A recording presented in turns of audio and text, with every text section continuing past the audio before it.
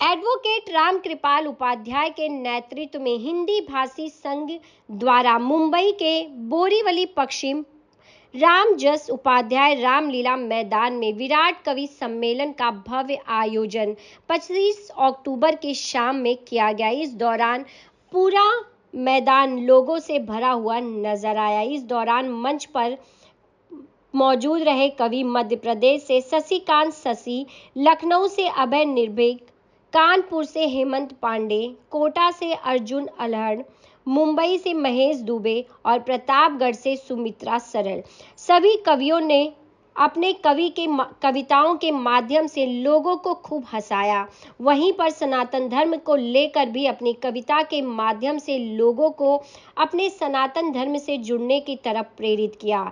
इस दौरान कवियों के अलावा इस मंच पर उपस्थित रहे बीजेपी पूर्व सांसद गोपाल शेट्टी, अमरजीत सिंह और ऐसे कई बीजेपी के बड़े नेताओं ने इस दौरान इस कवि सम्मेलन में हिस्सा लिया। वहीं देखिए इस दौरान मीडिया से बातचीत में पूर्व सांसद गोपाल शेट्टी, एडवोकेट रामकृपाल उपाध्याय और साथ ही पूर्व नगर सेविका का क्या कुछ कहना था मीडिया से बातचीत में। जादू टोना वाला देश मानते थे, देखो हमने दुनिया का गर्दा झाड़ दिया है। और वो कल फार लोकल का मंत्र साधा ऐसा कि अब चीनी चपटों का हुलिया बिगाड़ दिया है। वो जागी थी भवानी मेरे भारत की दुर्गा, तो बांग्लादेश बना तेरा नक्शा फाड़ दिया है। वो चांद और सितारे झंडे छाप इतराने वालों, देखो हमने चांद पे ही झंडा गाड़ दिया है। चांद और सितारे झंडे। सुबह जब होती है, अंधेरा दूर हो जाता है, हम उस दिए को पैर की ठोकर भी मार देते हैं। सारे दिए बुझ चुके हैं, तेल खत्म हो गया है, गलती से कोई एक आध दिया जो जलता रह गया, उसे जब पैर की ठोकर लगती है तो उसके हृदय पर क्या बीतती है। मैं एक गीत आपको दे रहा हूं, बहुत कीमती गीत मेरा दे रहा हूं। मेरा विश्वास है आप उसी प्रेम से सुनेंगे जिस प्रेम से आप दूसरी रचनाएं सुनते। बहुत अच्छे मनीष भाई।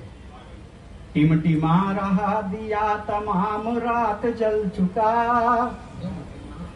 टिमटिमा रहा दिया तमाम रात जल चुका, शर्त जो तुणीर में विरुद्ध तम के चल चुका।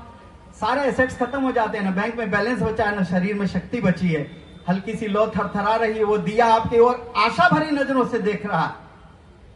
टिमटिमा रहा दिया तमाम रात जल चुका, शर्त जो तुणीर में विरुद्ध तम के चल चुका।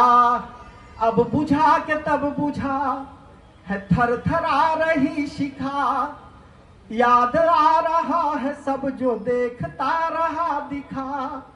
मैं तुमको देख कर रुकती हूँ पर घुंघरू नहीं रुकते।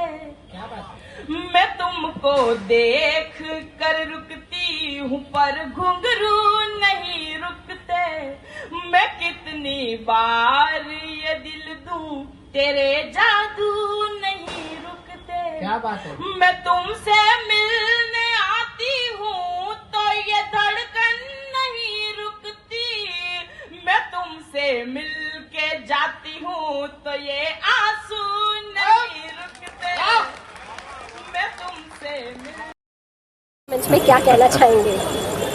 भगवान राम का मंच था और निश्चित 42 साल से बोरीवली में रामलीला महोत्सव का आयोजन हो रहा है। और जब मैं पार्टी में प्रवेश किया था तो उसके बाद लगातार मैं इस कार्यक्रम में आ रहा हूँ। मुझे शिलान्यास करने का अवसर प्राप्त हुआ, मुझे 3 बार अयोध्या जाने का अवसर प्राप्त हुआ। पार्लियामेंट में जब राम मंदिर ट्रस्ट का निर्माण हुआ तो उसमें हाथ उठाने का मौका मिला। राम मंदिर तैयार हो गया, उसका जाकर दर्शन लेकर आया।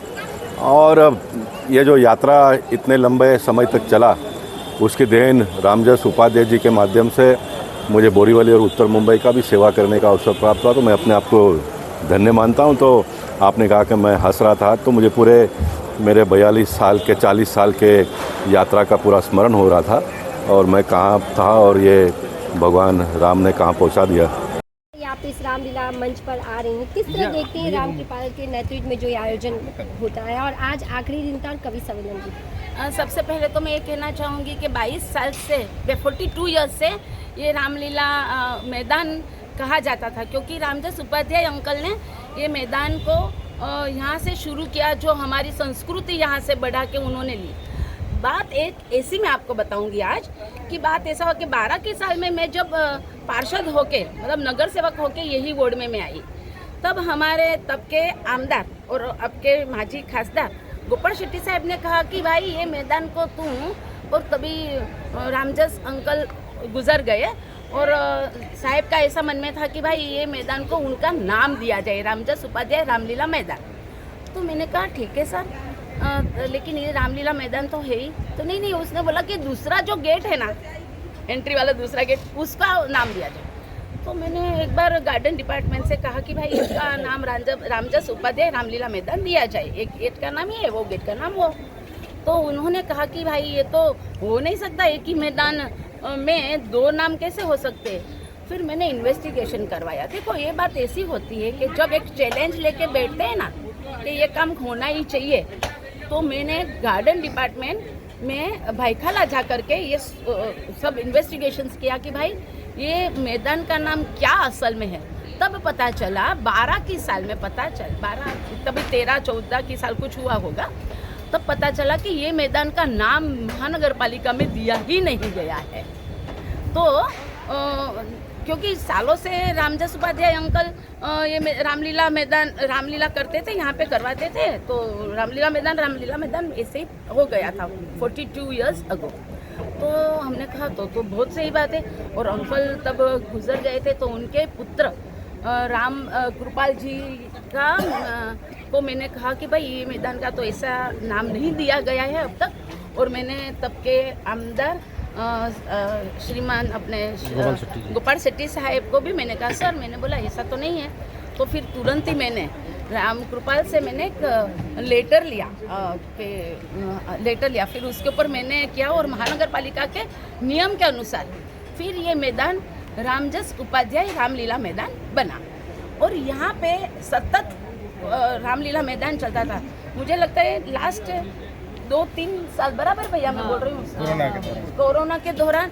और बाद में उसके घर में उनके पुत्र का बहुत ही दुखनायक ये हो गया है, उनका देहांत हो गया।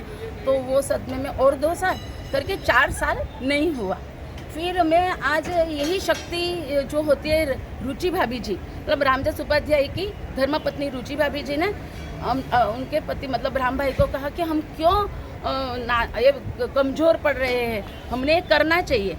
बाद आज यहाँ पर कवि सम्मेलन हुआ और काफ़ी बड़ी संख्या में बोरीवली ही नहीं थी, मुंबई के कोने कोने से लोग यहाँ पहुँचे। क्या कहना चाहेंगे, कितना सफल कार्यक्रम आप इसे मानते हैं? देखिए ये सफलता का प्रतीक है कि हम यहाँ पर जब कार्यक्रम सोचे और बीच में गैप होने के कारण फिर से इसको पुनः एक बार शुरू करना था हमारे पास, तो हमने कहीं भी बसेस नहीं लगाए, कहीं भी ऑटोस की व्यवस्था नहीं करके लोगों को भक्तों को लाने की प्रयास नहीं की। सब स्वयं से अपने मन से यहाँ पर आके भक्ति में राममय हो गए। और उसी का परिणाम ये था कि आज हमारा कवि सम्मेलन एकदम सफल हो गया और लोगों ने एकदम हमारी जो अपील है उसको स्वीकार की और हमें प्रोत्साहित किए और हमें आशीर्वाद दिए, भर भर के आशीर्वाद दिए लोगों ने। इसलिए ये कार्यक्रम एक तरह से जनता का कार्यक्रम है, राम भक्तों का कार्यक्रम है। मेरा काम है इनविटेशन देना। और अगर मान लीजिए कि मैं इतने बाहर से लोग, मुंबई के कोने कोने से लोग आए हैं और वही नहीं होते मंच पर, तो मंच की शोभा नहीं बढ़ती। और सामने अगर राम भक्त नहीं होते तो मेरा ये कार्यक्रम सफल होने का कोई चांस ही नहीं। इसलिए उन लोग की वजह से और मंच पे आए हुए हमारे अतिथियों की वजह से हमारा ये सफल कार्यक्रम है। आपके मन में कब ये विचार आया कि इस तरह से कवि सम्मेलन होना चाहिए जिसमें हजारों की संख्या में लोगों के बैठे हुए चेहरों पे जो खुशी थी वो एक अलग ही खुशी थी? देखिए, मेरे घर में एक हादसा हो गया। मेरा जवान बेटा गुजर जाने के बाद में मैं दो साल तक मैं एकदम डिप्रेशन में था। तो उसमें से निकलने के लिए अगर किसी ने मुझे प्रेरणा दिया तो मैं सच मानिए तो मेरी पत्नी है रुचि ने, उसने मुझे प्रेरित किया, उसी ने मुझे हिम्मत दिलाई और उसी ने कहा और कि जब तक तुम बाहर निकलोगे नहीं, ये सब चीज़ों से बाहर निकल, तुम अपने स्वयं के नेचर में आ जाओ। तुम्हारा जो नेचर है लोगों से मिलना जुलना, उनसे बात करना, वो बंद मत करो। और उसी के कारण, उनकी प्रेरणा के कारण मैं आज यहाँ पर इस लेवल में आया हूँ। और साथ ही साथ मेरे जो गोपाल शेट्टी जी है, उन्होंने भी मुझे कई बार फ़ोन करके, मैं सच में बताऊँ, हमारे गोपाल शेट्टी जी परिवार के सदस्य भी, उन्होंने भी हमें कई बार फ़ोन किया, पर्सनली फ़ोन किया राम के पास तुमको बाहर आना चाहिए और ये जो राम की लीला है जो तुम्हारे पिताजी ने शुरू की है उसको तुम आगे भी बढ़ाना तुम्हारा जिम्मेदारी है और तुमको जो भी मदद लगेगा मैं करता हूँ, करूँगा। और उन्होंने अब की बार भी अपनी जिम्मेदारी निभाई है।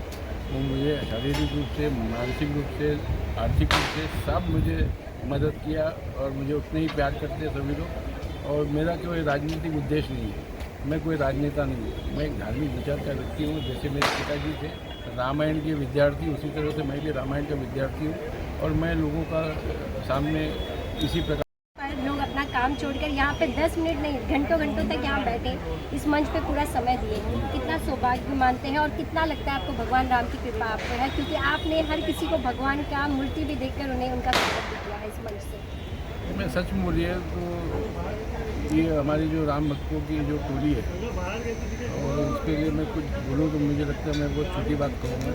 लोग इंतज़ार करते थे, केवल मैं 2 जन का नाम लिया, पत्नी का नाम लिया और गोपाल भाई का नाम लिया, क्योंकि बाकी के लोग भी मुझे जो मिलते थे, हमारे बगल में जो सूर्यकांत भाई है, डॉक्टर विनोद साहब है, ये सब लोग की इच्छा यही थी कि आपकी बार रामलीला हम लोग बड़े धूमधाम से करेंगे और जो हो गया बीत गया उसे बीत जाने दीजिए, आगे के भविष्य के बारे में चिंता करते और आगे कैसे खुशहाल होना, आगे कैसे मन को खुश करना, उस गम से बाहर निकलना, इसलिए लोगों की वजह से मैंने सब कुछ किया।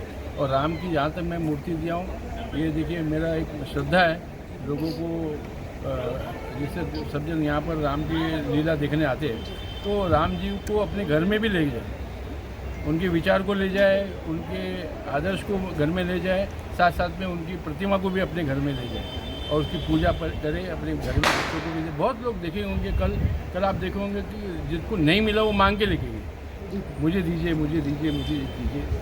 तो ये मैं समझता हूँ लोगों को एक बहुत अटूट प्रेम था मंच से, रामलीला मंच से और राम जी से। मेरे से कितना कितना प्रेम है वो तो आपने सब देखा ही जनता के माध्यम से।